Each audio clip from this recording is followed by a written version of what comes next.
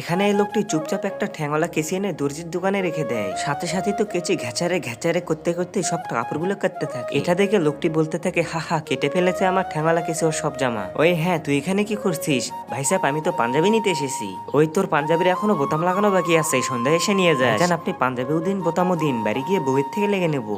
হ্যাঁ নিয়ে যা, কিন্তু টাকা পুরোটাই নেবো। আব্বে হ্যাঁ নিয়েন, কিন্তু আমার পাঞ্জাবি কই সেটা বলেন। ওই যে দেখ, টেবিলের উপর রাখা আছে। আব্বে ওই তোকে বলেছিলাম আমার পাঞ্জাবিটা শুধু সেলাই করতে, তুই তো উল্টে এটা কেটে ফেলেছিস। আরে আপনারটা তো আমি সুন্দর করে বানিয়ে রেখেছিলাম, কাটলো কি করি? সেটা আমি জানবো কি করি? 4000 টাকার কাপড় সসম্মানে দিয়ে দেন, নয়তো এখন পিটাবো তোকে। আরে ভাই, আমি আপনার কাপড় কেন কাটবো? তুই আমার দামি কাপড় থেকে সহ্য করতে পারিসনি, তাই কেচি দিয়ে কেটে ফেলেছিস। এবার তাড়াতাড়ি টাকা দিয়ে দে। আরে ভাই, বোঝার চেষ্টা করুন, আমি কেন আপনার জামা কাটবো? আমার সাথে থাকতে পারে তোর কোনো পুরনো দুশ্মনী? এরপর তো কেচিটি আবার কাপড় কাটা শুরু করে দেয়। হ্যাঁ, এই ঠ্যাঙালা কেচিটি কার? আব্বে, কার মানে আমার বাড়ি থেকে নিয়ে এসেছি। শালা, তার মানে তুই কাপড়গুলো কেটেছিস? এবার দে আমাকে 4000।